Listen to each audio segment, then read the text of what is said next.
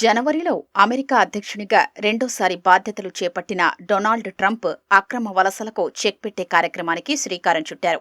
Social media వెట్టింగ్తో పాటు స్క్రీనింగ్ను విస్తృతం చేశారు.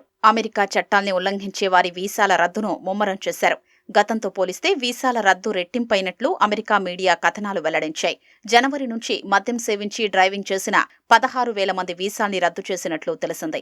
దాడులతో ప్రమేయమున్న 12,000 మంది, చోరీ కేసులు నమోదైన 8,000 మంది వీసాలు రద్దయినట్లు సమాచారం. వీసాలు రద్దయిన వారిలో ఈ 3 విభాగాల నుంచే దాదాపు సగం మంది ఉన్నట్లు అంచనా. జనవరి నుంచి 80,000కు పైగా వీసాని రద్దు చేశారని, అందులో 8,000 విద్యార్థి వీసాలు ఉన్నట్లు వాషింగ్టన్ ఎగ్జామినర్ ఓ కథనంలో పేర్కొంది. ఇదే విషయాన్ని ధృవీకరిస్తూ శ్వేతసౌధం మీడియా కార్యదర్శి కరోలిన్ లీవిట్ సోషల్ మీడియాలో ఓ పోస్టు పెట్టారు. వీసా గడువు ముగిసినా అక్రమంగా అమెరికాలో ఉండడంతో పాటు స్థానిక చట్టాల్ని ఉల్లంఘించిన 6,000కు పైగా విద్యార్థుల వీసాల్ని రద్దు చేసినట్లు అగ్రరాజ్యం విదేశాంగ శాఖ అధికార ప్రతినిధి వెల్లడించారు. వారిలో కొందరు ఉగ్రవాదానికి మద్దతు తెలిపిన వారు ఉన్నట్లు చెప్పారు. సోషల్ మీడియాలో అనుచిత వ్యాఖ్యలు చేసిన 6 వీసాల్ని అమెరికా యంత్రాంగం రద్దు చేసింది.